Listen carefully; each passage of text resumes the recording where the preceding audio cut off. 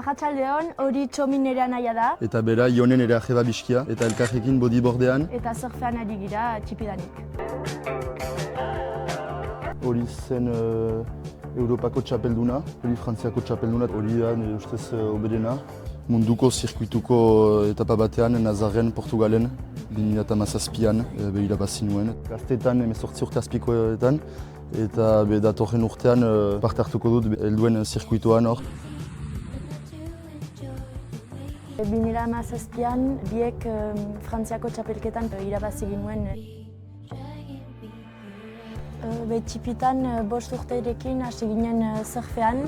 Maite dutana kirol hortan da. Urian dugun askatasun sentsazioa. Bizkiak garinez askotan gauza berdinak egiten ginituen. Kastola denbora berdinean bukatzen ginen, beti elkarrekin joaten ginen ultara. Horre joango gara surfitzera horren.